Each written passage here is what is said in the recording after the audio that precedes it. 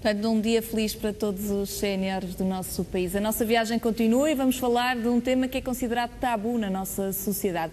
O livro chama-se Educar para a Morte, fala exatamente disto e connosco temos o autor, João Carlos Macedo. Bem-vindo, professor, ao Porto Live. É com muito prazer que o recebo para falar de um tema que eu acho que complica a vida a muita gente. De certeza que muitos telespectadores já se viram numa situação de ter que explicar a morte a um filho ou uma filha. As coisas nem sempre correm pelo melhor, as ideias que deixamos muitas vezes não são as mais corretas. Por exemplo, quando dizemos que foi para o céu, é uma estrela, e depois perguntam-nos, mas num dia que está nublado, mas não há estrelas, para onde é que foi? Isso já me aconteceu. Portanto, há aqui algumas explicações que são muito complicadas de dar, e este livro com certeza nos vai educar nesse sentido. Eu espero.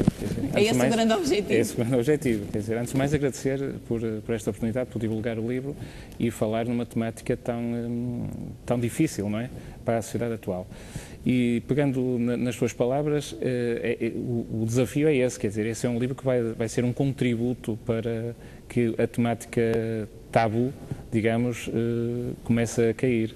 Isto é, nós na sociedade atual temos uma situação que foi evoluindo ao longo dos tempos, a partir dos anos 60 do século passado, em que a morte era, digamos, vivenciada no seio da comunidade. Portanto, morria-se em casa, havia as despedidas, as crianças assistiam à fase terminal de alguns dos seus familiares e depois iam aos próprios funerais.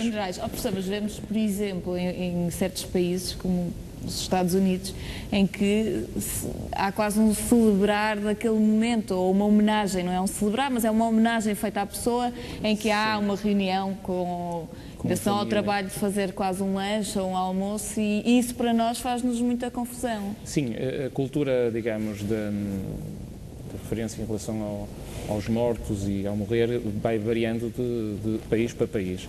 Mas há uma coisa que é na sociedade ocidental que está presente e que nós, por isso que temos tantas dificuldades, é que o tema saiu da discussão, deixou de ser natural. Ou seja, hoje uma criança, nós conseguimos que essa criança veja um determinado filme violento em que há a morte, mas temos dificuldade em que a temática morte seja discutida, por exemplo, em família. Aconteceu, morreu um amiguinho, morreu um familiar, prontos, conversa-se de uma forma natural. Qual é a tendência dos pais? Falemos nisto em privado, porque somos adultos, e deixemos as crianças no seu mundo, privadas desta temática. Portanto, a omissão considera que é um erro? É um erro, é um erro que pode ter consequências graves futuras na saúde daquela pessoa. E nós, se calhar, hoje vemos pessoas com os lutos patológicos, não é? Portanto, têm dificuldade em assimilar e incorporar a perda do seu ente querido, e isso, entre muitos fatores, mas um deles, naturalmente, foi o facto de não desde o início, desde criança, não perceberem que a morte é um facto inelutável da vida. É um facto que faz parte do ciclo vital. E, portanto, nós temos que reintroduzir isto. E era aquilo que eu estava a explicar há bocadinho. Se nos anos 60 a morte passou do domicílio e passou para o hospital, passou para o seio dos profissionais. Portanto, os profissionais de saúde é que lidam mais com a morte. A sociedade em si está arredada deste... E delega um bocadinho essa função. Exatamente. Porque é mais fácil? Não, quer dizer, mais fácil poderá ser em algumas circunstâncias, mas não, porque é mais fácil viver com dessa forma. Vive-se melhor, é isso? Entre aspas, não é? Entre aspas, claro. Entre aspas, porque isto tem um preço a pagar, não é? E o preço a pagar é que vivemos numa situação do imaginário que não é real, não é? E o real é a gente incorporar a mortalidade como fazer parte da vida. Não de uma forma dramática, não de uma forma que nos possa, que nos vai destruir psicologicamente, mas incorporá-la... Claro. Professor, e nós vemos isso muito bem.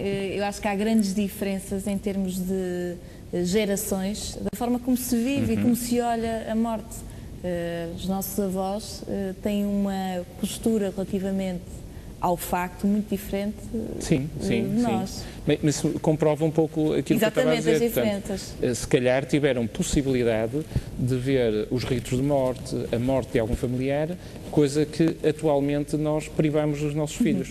Até daí a um cemitério, por exemplo. As pessoas têm muita dificuldade, não só por cultura popular, não é? Porque têm alguns receios que haja almas que possam ficar apegadas à criança, mas não é só o mito popular, é receio de traumatizar as crianças.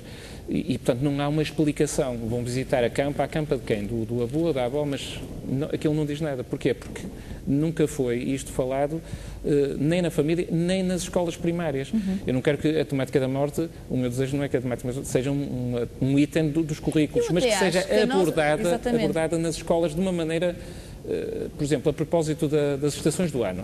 Sim, que é não há uma disciplina sobre o tema, com certeza. Claro, naturalmente. Mas repara, fala-se sobre a educação sexual, fala-se sobre uma alimentação saudável, várias temáticas. Sim, devia ser abordado. Devia ser natural. Esta naturalização iria contribuir para a melhor saúde. Por exemplo, professor, eu acho que a minha geração tem muito menos o hábito de ir aos fins de semana, eu não sei que dia que se vai, a um cemitério visitar... Sim, por norma, mais aos fins de semana que as pessoas têm disponibilidade para ir lá pôr flores ou para... Sim, mas a minha geração já não é assim, já não vive isso muito provavelmente porque foi educada de outra forma. Exato. E este livro não deve ter sido fácil de escrever, visto que estamos a falar de um tema em que não se sabe muito para além da vida, ou seja, como é que se pode educar para a morte sem saber o que está... para além da morte. Para além da vida. Isto não é nada fácil pôr em palavras, mas vocês perceberam. Não, pronto, o livro aborda, portanto, eu fiz, digamos, o aproveitamento, passa a expressão, de uma autora que tem mais de uma dezena de obras dedicadas à morte e ao morrer. Suíça? Portanto, Suíça, mas depois norte-americana, e, portanto, pouco conhecida no meio português. E, portanto, digamos, a obra dela, no fundo, e depois os contributos que na minha análise, pode ser para as questões da morte, nomeadamente em Portugal. E, portanto, esse livro, portanto, pode ser um pouco doloroso na leitura, porque as pessoas podem rever, digamos aí, alguns casos, porque tem muitos casos, da sua vida pessoal, podem reviver. Mas eu penso que isso também é seu objetivo. Portanto, o título também é Educar para a Morte, ou seja, criar condições para que as pessoas comecem a fazer uma gestão melhor disto e não... Mas às vezes para fazer essa melhor gestão é preciso reviver alguns momentos que não foram vividos da forma correta. Não é para privar as pessoas do luto, nem do sofrimento, porque nunca iremos. A morte será sempre um facto que nos vai causar dor, sofrimento, mas naturalizar isto, tornar isto menos penoso, mais sereno, porque afinal todos nós morreremos, não é? Um dia.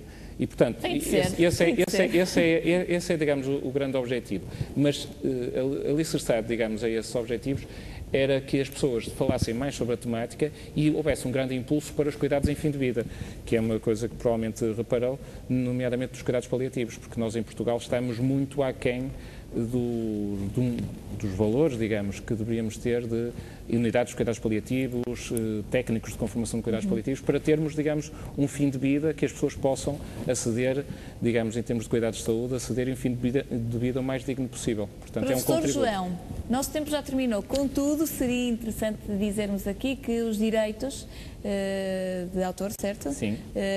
Serão para a Associação Acreditar. Já está à venda o livro? Já está à venda, já há bastante tempo, portanto, em qualquer livraria. Portanto, deixamos aqui esta sugestão. Há muitas pessoas com algumas dificuldades em enfrentar o tema. Tem aqui uma boa forma para conhecerem um pouco mais e saber então o que o professor, ou que dicas é que o professor deixa aqui. Muito obrigada, professor, pela presença no Porto Live. Esta primeira parte do programa tem de ficar por aqui. Vamos para um intervalo. Durante o intervalo vai poder ver a síntese informativa Flash Porto e Jornal do Norte. Eu volto na segunda parte com mais uma viagem pela vossa região, a região Norte.